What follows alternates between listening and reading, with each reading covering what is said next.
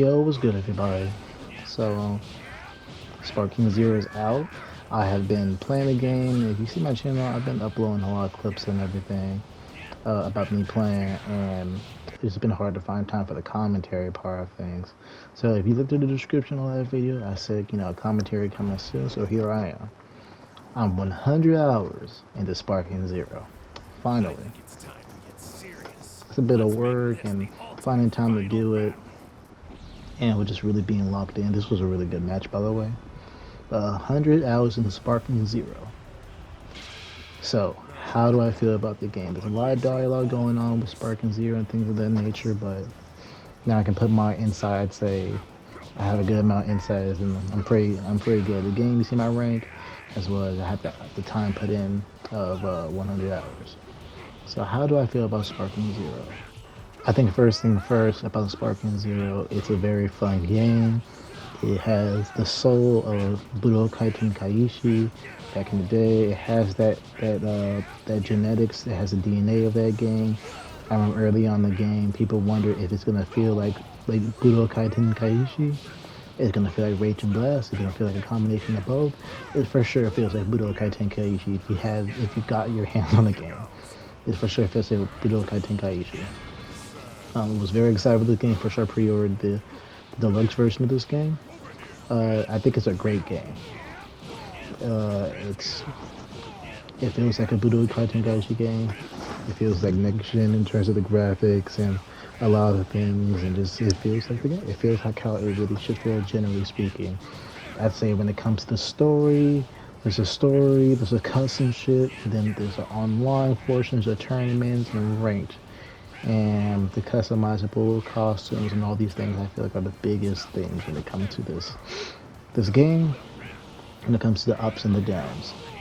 Pros, it's a casual game relatively speaking. In a story you can get a very quick gist of what happened in the story of Dragon Ball Z and Super in the episode battle. The episode battle is where you play throughout the story. And the pros of that too is there's a lot to do in the story for sure. There's a lot to do in the story. You can play as like a dozen other characters and their perspectives, and just speeding throughout the story. I'd say it's relatively good. The con of the story is because you got like 12 different perspectives, including Goku, Vegeta, Gohan, Jiren, Frieza. I think Trunks, yeah. You have like a lot of different perspectives. There's a lot of ways you can see the story of Dragon Ball Z and Super. That being said, you have all those perspectives, but I feel like because of all the perspectives are in the game that you can play throughout, I feel like where the budget got cut for sure was the story when it came to the visuals. It went the slideshow route as in like Storm 4 did, as I know very well, as I put hundreds of hours into Storm 4, as you know by my channel. So that's a con of that, but I kind of accepted it. Unfortunately, it had to be that way, but yeah, and I believe they might add things in the future, so we can look forward to that. So that's one pro and con. When it comes to online, player match is fine, I guess. I mean, yeah. But I think the main thing in the topics of discussion would be of ranked. Ranked, I would say, is pretty AIDS. I'm in one of the higher ranks in Sparking Zero. I blocked this. I'm on the higher ranks in Sparking Zero, and I kind of know the beautiful and the ugly of this game. Hey, watch this shit real quick. You know this bitch ass thing. You know what he thought he gonna hit me with this big coming hard. You wanna know what I do? You wanna know what I do? I was locked. I was locked. I was locked. Ho. I was like, yeah, this nigga is cooked. At this point, I was like, this nigga is surely cooked. His ass is grass, as you can say. Balance is very bad in ranked. I'd say the people who make excuses for the balancing problems are bad at the game and are B ranks, respectively. The people who know what it's like know what the problems are in this game. So, for like maybe there's a lot of people who are gonna be playing some of the best characters in this game. Cool. After Image Strike is A. This was a great match. After Image Strike is AIDS in this match.